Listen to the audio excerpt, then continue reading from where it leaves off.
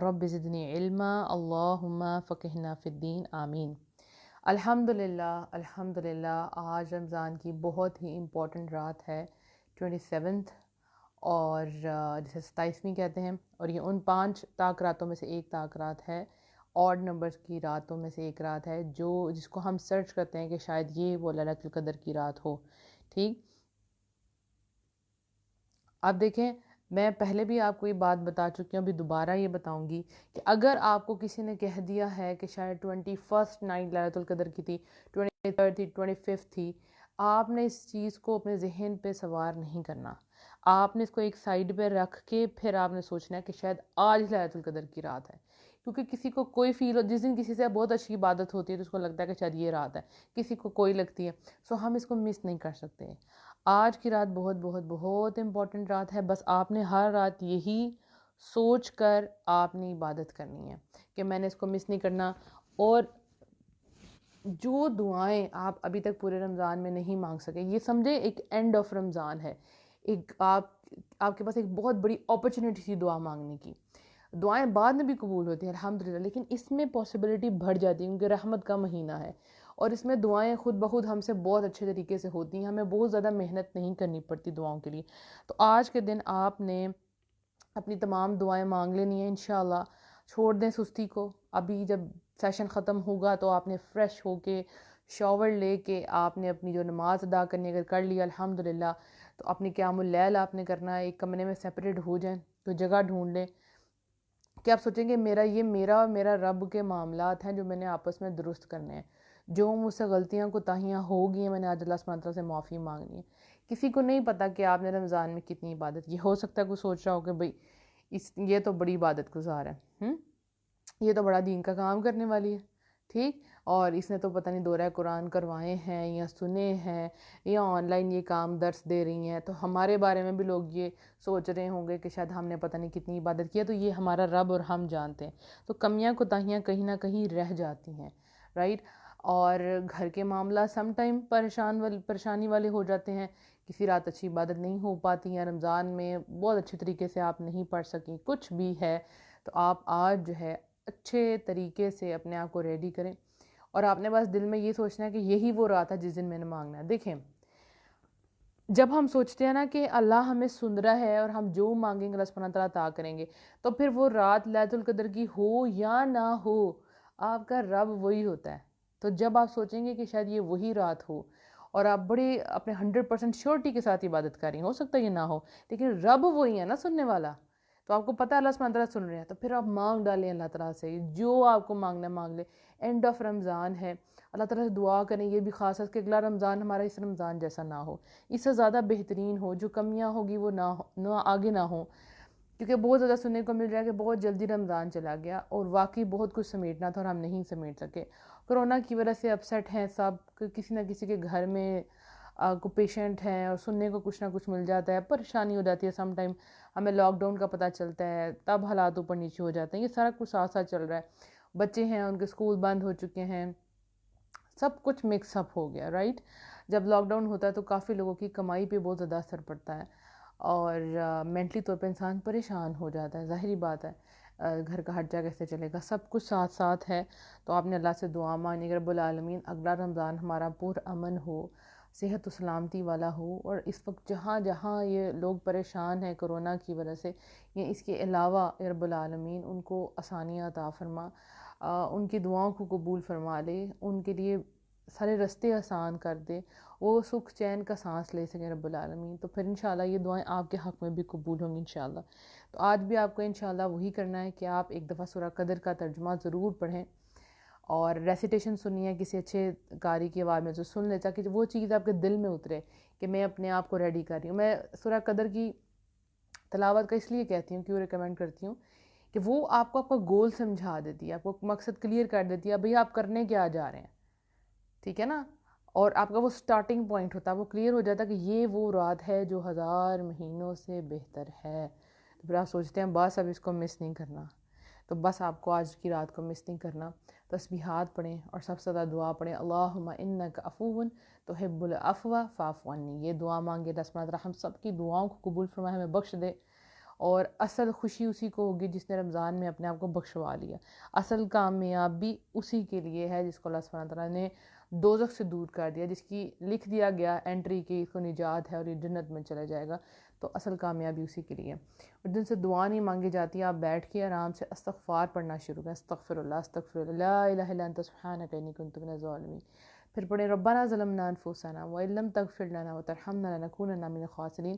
ان چیزوں سے آپ کا دل نرم ہوگا، کیونکہ میسیجز آتے ہیں نا کہ آپ بھی ہمارا دل بہت سخت ہو گیا ہے، ہم سے دعائیں نہیں مانگی جا رہی. تو وہ یہی ہے کہ جب آپ اللہ کا ذکر شروع کریں گے نا اور اللہ کو یاد کریں گے، اپنے گناہوں کو یاد کر کے روئیں گے اور اللہ سے معافی مانگے، تو آپ کا دل نرم ہوگا، آنسو نکلنا شروع ہوں گے.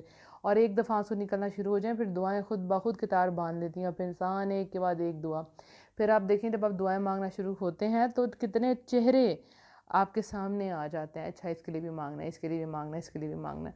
تو بہت امپورٹنٹ رات ہے. کئی لوگوں نے اسی رات کو لیلۃ القدر کی رات کہا ہے، کئی علماء نے، لیکن یہ ہے کہ ہم 5 رات عبادت کرتے ہیں اور ان میں سے ہمیں نہیں پتہ شیورٹی کہ کون سی رات ہو، لیکن کافی زیادہ لوگوں کی یہ رائے ہوتی ہے کہ شاید 27ویں ہی لیلۃ القدر کی رات ہے.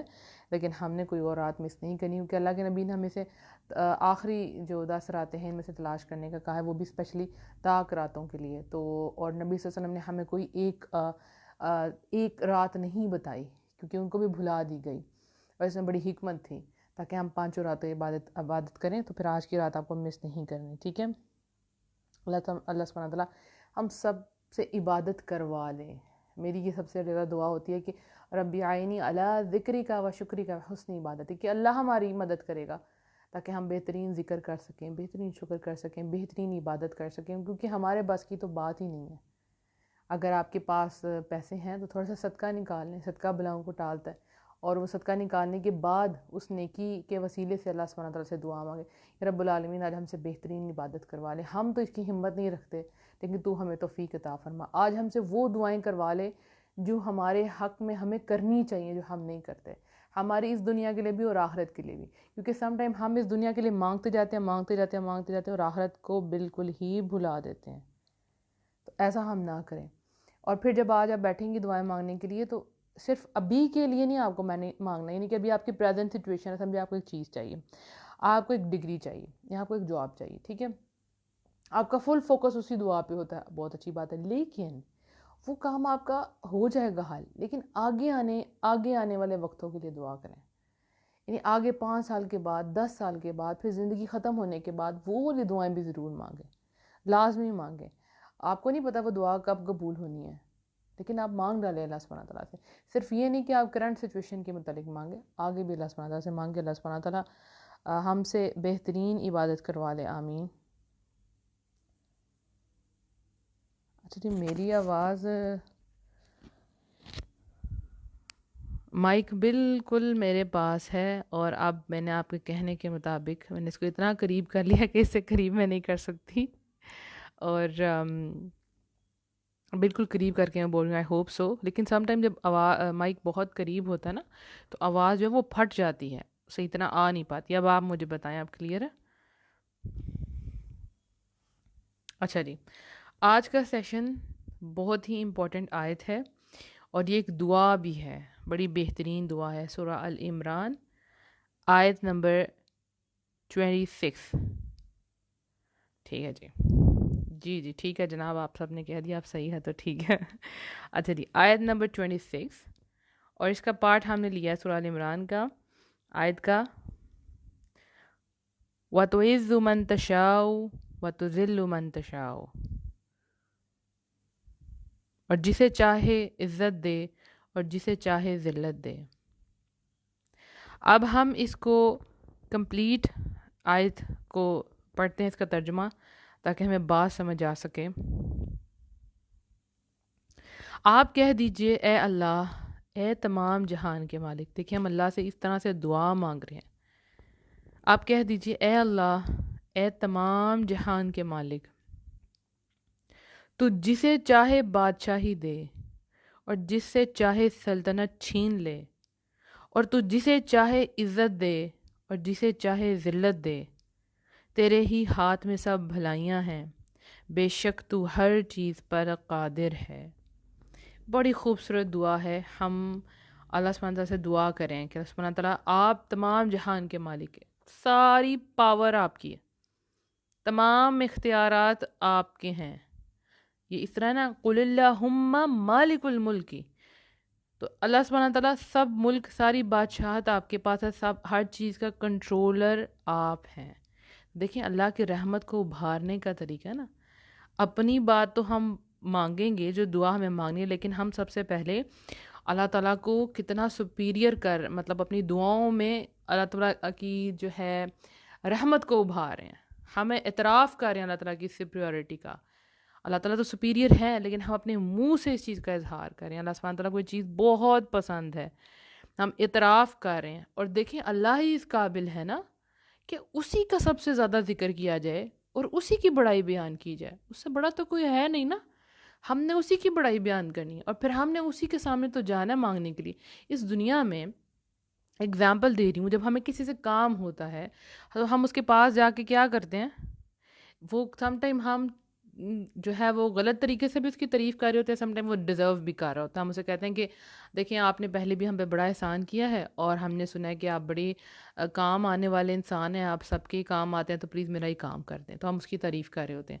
لیکن اللہ سبحانہ تعالیٰ تو یہ سب کچھ ڈیزرو کرتا ہے، اور پھر اللہ آپ کے دلوں کے حال کو جانتا ہے.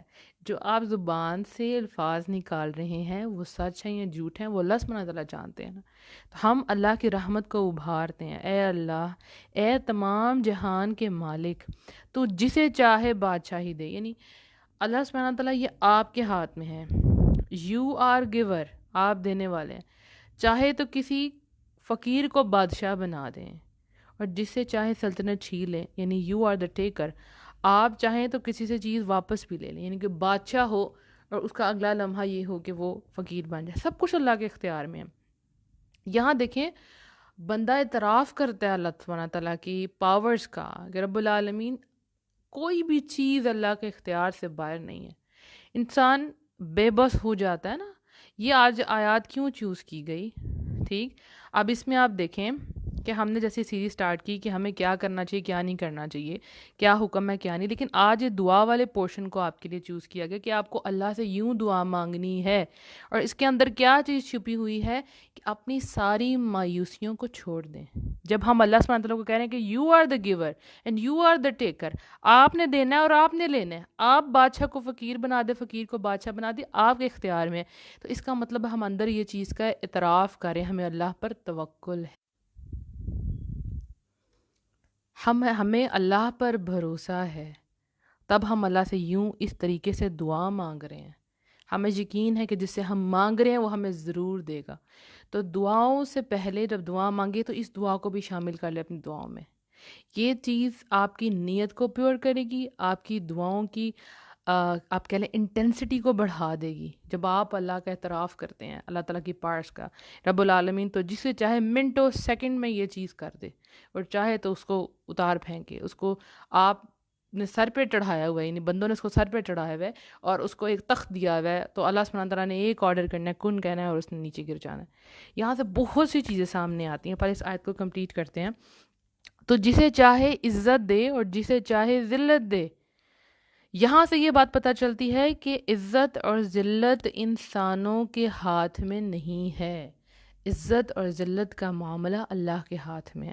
دیکھیں دو چیزیں ہیں جس کے پیچھے انسان بھاگتا ہے، دونوں چیزوں کا یہاں ذکر آ گیا. یعنی چاہے بادشاہ کو فقیر بنا دے، یعنی مال ہے نا، انسان مال کے لیے محنت کرتا ہے، لوگوں کے آگے بھیک مانگتا ہے، سفارشیں ڈالتا ہے، یعنی مال کی ضرورت ہے. دوسری چیز انسان کس کے پیچھے جاتا ہے کہ میں زندگی گزاروں تو عزت کے ساتھ گزاروں. تو دونوں چیز کی، ویسے تو ہر چیز کی ملکیت اللہ سبحانہ تعالیٰ کے پاس ہے، لیکن یہاں پہ دو چیزوں کا خاص ذکر کر دیا گیا، بادشاہت کا بھی اور عزت کا بھی. انسان رسپیکٹ چاہتا ہے لوگوں سے کہ لوگ اس کی رسپیکٹ کریں، جبکہ یہ ساری کی ساری عزت اللہ کی ہے.